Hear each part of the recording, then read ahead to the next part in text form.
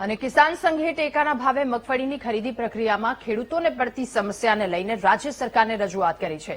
કિસાન સંઘના મહામંત્રી આર.કે. પટેલે જણાવ્યું કે બારદાનની વિસંગતતાને લઈને ખેડૂતોને હાલાકી પડી રહી છે।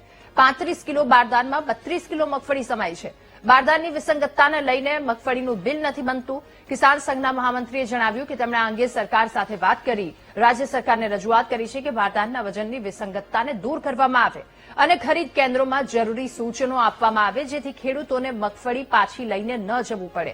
તો બીજી બાજુ નોંધણી પ્રમાણે ખેડૂત કેન્દ્રોમાં બોલાવવામાં આવે તેવી પણ રજૂઆત કરાઈ છે। 35 કિલો એવી કોઈ જરૂરિયાતવાળો વિષય છે નહીં।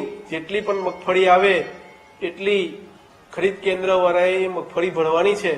પરિણામે ક્યાંક 30 કિલો અને ક્યાંક 32 કિલો જેટલી મગફળી કોથળામાં આવતી હતી। ગઈકાલે મેં જાતે એનું નિરીક્ષણ કર્યું છે।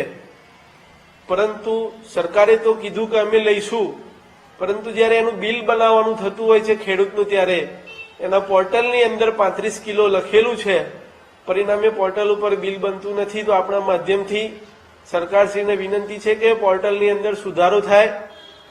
સાથે સાથે રાજ્યના તમામ ખેડૂત મિત્રોને વિનંતી કે આપણે મગફળી પાછી લઈ જવાની થતી નથી। આપણે ઘરેથી જ સાફ કરી અને જે મગફળી લાવીએ છીએ એ જો કોથળાની અંદર પૂરતી 35 કિલો ના માય તો જેટલી માય એટલી ખરીદ કેન્દ્રના લોકોએ લેવાની છે એવું રાજ્યના કૃષિ સચિવ અગ્ર સચિવશ્રીએ વાતનો સ્વીકાર કર્યો છે। અને ભેળ